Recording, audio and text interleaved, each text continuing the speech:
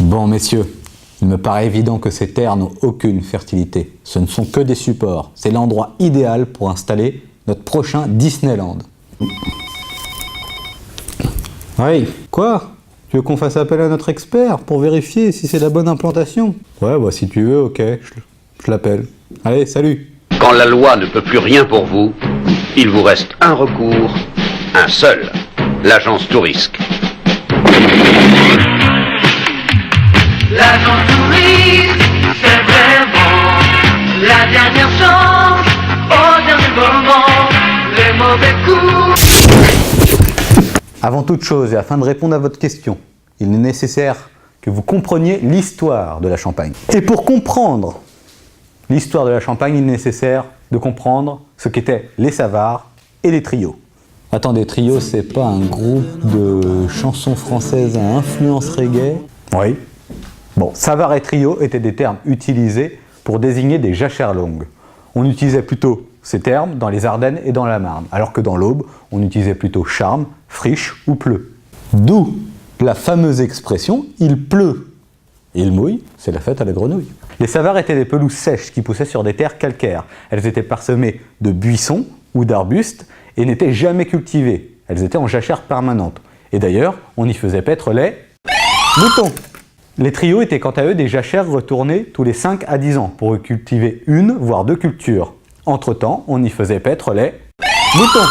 Il est possible aujourd'hui de se représenter ce qu'étaient les Savards dans les grands camps militaires. Mailly, Mourmelon, Suippes ou Moronvilliers. On retrouve aussi des Savards dans les bois ou les pinettes qui n'ont pas été défrichés. Et il y en avait beaucoup des Savards à l'époque? Globalement, on peut penser que les Savards représentaient entre 20 et 50% des terres d'infinage. En gros, on n'était pas capable de valoriser convenablement 20 à 50% des terres d'un village, notamment parce qu'elles n'étaient pas fumées. Non, non, merci, j'ai arrêté. Du jour au lendemain, hein. Ma femme n'y croyait pas. En plus, c'était le matin de Noël. Oh, je lui ai fait un cadeau, elle était super contente.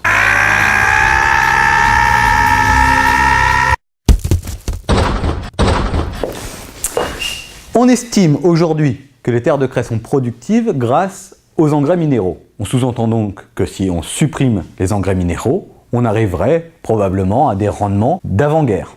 Mais si c'était vrai, comment expliquerait-on que l'on produise en moyenne 38 quintaux par hectare de blé d'hiver et 42 quintaux par hectare de blé de printemps dans des systèmes aussi extensifs que l'agriculture biologique?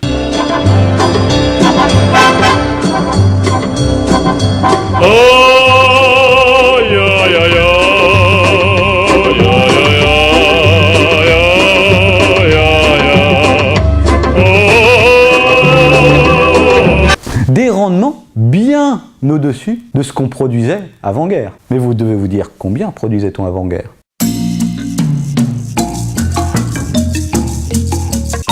De 1893 à 1952, le rendement moyen du blé d'hiver dans l'Aube était de 15 quintaux. Non, ce n'est pas vrai. C'est impossible. Il est monté jusqu'à 25 quintaux à la fin des années 50, puis à 35 quintaux de moyenne dans le département au milieu des années 60. Mais vous vous demandez finalement, comment on peut passer de 15 quintaux à 45 quintaux sans l'utilisation des engrais minéraux? Eh oui, qui ne se demande pas. Donc vous me parlez notamment du progrès génétique, mais le progrès génétique n'explique pas tout. Et pour moi, il y a 3 raisons principales qui expliquent le fait qu'on est capable de produire 3 fois plus de rendement aujourd'hui que ce qu'on était capable de produire avant-guerre. Avant-guerre, l'utilisation de matières organiques sur l'ensemble de la Saule était impossible. Et la Champagne créuse a toujours été une région agricole déficitaire en matière organique. En effet, les Savards permettaient d'entretenir que des petits cheptels de moutons et le système pâturage dominant produisait finalement peu de fumier. Enfin, les moyens de traction limités rendaient difficile l'épandage des matières organiques sur des distances lointaines de l'exploitation. Les prairies artificielles, comme la luzerne, étaient finalement peu cultivées. Les Savards étaient des pelouses naturelles. Avec l'arrivée des usines de déshydratation dans les années 70, on a pu cultiver massivement de la luzerne, une culture qui enrichit en matière organique fraîche les sols. Et là, je vais vous choquer. Mais il ne faut pas se mentir, et il faut qu'on se dise la vérité entre nous.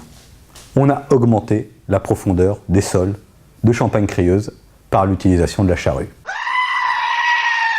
Et je me garde bien de vous dire qu'il faut continuer à labourer les craies. Je vous dis juste que c'est ce qui a été fait historiquement.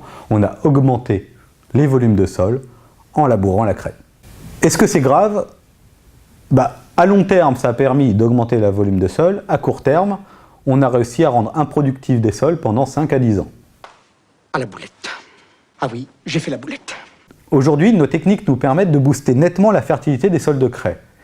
C'est vrai que les engrais minéraux permettent d'atteindre des très hauts niveaux de rendement, néanmoins, leur absence ne doit pas faire croire que l'on retrouvera les niveaux si bas d'avant-guerre.